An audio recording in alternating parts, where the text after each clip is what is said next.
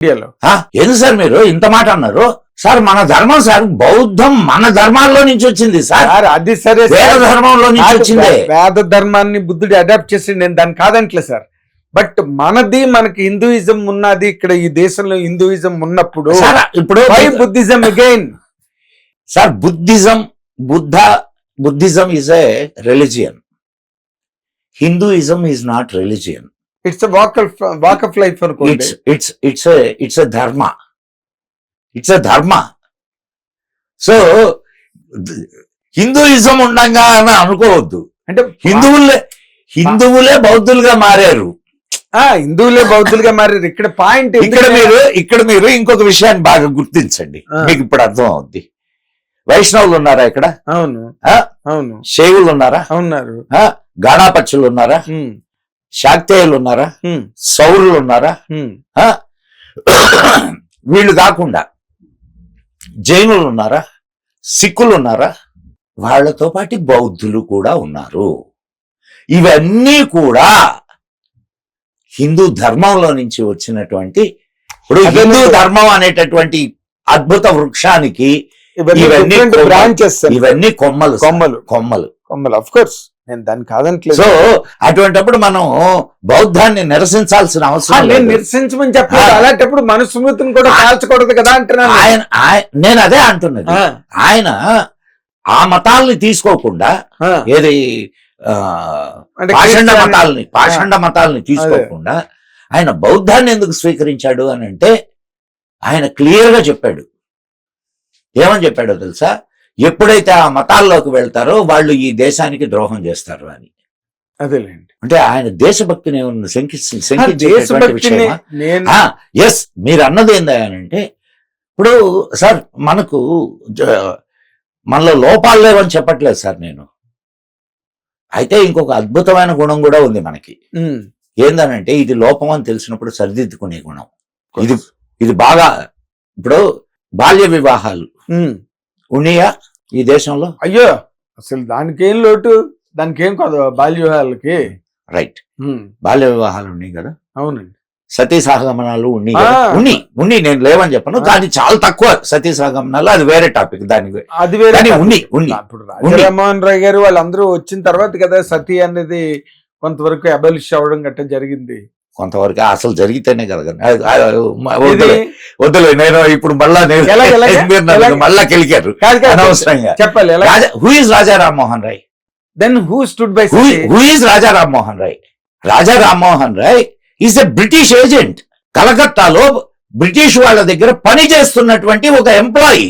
ఇక్కడ మెకాలే విద్యను ప్రవేశపెట్టడానికి ప్రధాన కారకుడు రాజా రామ్మోహన్ రాయ్. ఎప్పుడు 1928. అండ్ రైట్, మనం ఇప్పుడు అసలు విషయానికి వద్దాం. ఏది సతీ సహగమనం. మొత్తం భారతదేశం మొత్తం మీద ఎన్ని సతీ సహగమనాలు జరిగినాయో ఏమన్నా రికార్డు ఉందా? ఏముంది? ఏమీ లేదు. మరి లేకుండా ఎట్లా చెప్తున్నారు మీరు? ఇది భయంకరమైంది అని. ఉన్నాయి. నేను ఇస్తా రికార్డు మీకు, for your kind information. Okay. ఎక్కడ ఉన్నాయంటే అక్కడక్కడ కొన్ని సంఘటనలు జరిగినాయి. మొత్తం భారతదేశం మొత్తం మీద క్యాల్కులేట్ చేస్తే 40 సంఘటనలు వెలుగులోకి వచ్చినాయి. సతీ సహగమనం. అవి కూడా బలవంతంగా జరిగినాయి కాదు, వాళ్ళు స్వచ్ఛందంగా చేసినవి. వాళ్ళకి గుళ్ళు కూడా ఉన్నాయి. వాళ్ళని దేవతగా పూజిస్తారు. తెలుసా మీకు? ఇది తెలుసా? ఇది తెలియదు. చదివాను, ఐ రెడ్ ఇట్. కదా. మన ఆంధ్రాలో నాకు తెలిసినవి ఇంకా ఉన్నాయేమో తెలియదు, కానీ నాకు తెలిసినవి ఒక 2 ఉన్నాయి. ఎప్పుడైనా విన్నారా? లేదండి. లేదు. సరే, వెంగమాంబ అనే పేరు విన్నారా? తరిగొండ వెంగమాంబ. తరిగొండ వెంగమాంబ అన్నమాచార్యుడి సమకాలీన వాళ్ళ ఇది. వెంగమాంబ అని మీరు బయట చూస్తే Vengamamba lorry service, Vengamamba services అట్లా చాలా కనిపిస్తాయి. అవును. ఆ వెంగమాంబ తరిగొండ వెంగమాంబ కాదు. ఓకే. నెల్లూరు జిల్లాలో నర్రవాడ అని ఒక గ్రామం ఉంది. ఆ గ్రామంలో సతీ సహగమనం చేసినటువంటి ఒక తల్లి పేరు వెంగమాంబ. అక్కడ వెంగమాంబకు గుడి ఉంది. వాళ్ళు ఆ అమ్మ కమ్మ వాళ్ళ ఆడపడుచు. ఓకే. చాలా పెద్ద ఉత్సవాలు జరుగుతాయి ప్రతి సంవత్సరం. ఆ అమ్మ పేరుతో ఉండే స్కూల్లోనే నేను చదువుకున్నాను 10th క్లాస్. బా. ఉమ్. సో ఒకటి. తర్వాత నెల్లూరులో మా తాతగారింటి ఎదురుగ్గానే పేరంటాళ్ళమ్మ టెంపుల్ అని ఉంది. ఉమ్. ఆ అమ్మ కూడా సతీ సాగమనం చేసినటువంటి తల్లి. అబ్బా. ఉమ్. మీకు ఇట్లాంటివి మొత్తం దేశం మొత్తంలో ఒక 40 సంఘటనలు కనిపిస్తాయి. ఇది మరి మొత్తం దేశానికి జాతికి అంటగడతారా? అది దురాచారమే. అది సదాచారం అని చెప్పట్లేదు సార్. 40 సంఘటనలు జరిగినా 4 సంఘటనలు జరిగినా దురాచారమే. ఒక్కటి జరిగినా దురాచారమే. డిటెస్టబుల్. దురాచారమే. అవునండి. కానీ ఈ జాతి అంతా అటువంటి దురాచారాలతో నిండి ఉంది అని చెప్పడం, వెనక కుట్ర అర్థమైందా? అవును. రైట్. ఇప్పుడు ఇంకొక యాంగిల్ చెప్తానండి. ఇది సో ఇది తప్పు. బాల్య వివాహం తప్పు. బాల్య వివాహాలు ఎట్లా జరిగాయి సార్? ఎందుకు జరిగినాయి సార్? భారతదేశంలో తురకలు వచ్చిన తర్వాత జరిగినాయి. అవును. అది కరెక్ట్. అవును. ఒప్పుకుంటావా? నేను చదివానండి. ఇప్పుడు తురకల రాజ్యం లేదు. ఇప్పుడు జరుగుతున్నాయా బాల్య వివాహాలు? ఇప్పుడు లేవుగా. ఇప్పుడు జరుగుతున్నాయా సతీ సాగమనాలు? లేవు. మీరు రిఫర్ చేస్తున్న పాయింట్ నాకు అర్థమైంది సార్.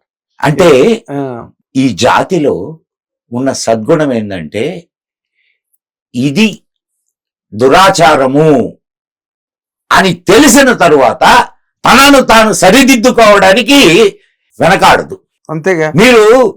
మీరు ఇస్లాం తీసుకోండి, లేదా క్రిస్టియానిటీ తీసుకోండి, ఎన్ని దురాచారాలు ఉన్నాయి. ఇప్పుడు అంటే మళ్ళీ మనకి పెద్ద ప్రార్థాంత. కానీ are they ready to reform their religion? No. తలాక్ ఇదే అని కాదు, ఏదైనా కానీ వాళ్ళు రిఫార్మ్ చేసుకోవడానికి సిద్ధంగా ఉన్నారా? లేరు. మరి ఆ విషయంలో హిందూ ధర్మం గొప్పది కాదు? 100%.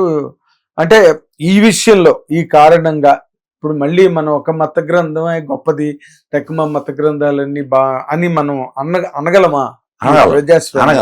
అనగలం. ఎందుకంటే డిబేట్ కూర్చున్నప్పుడు తెలుస్తుంది ఏ మత గ్రంథం గొప్పది అనేది. అది ఓకే. ఇప్పుడు ఇక్కడ నేను అంటున్నది ఏంటంటే sir, this Indian culture, Indian ధర్మ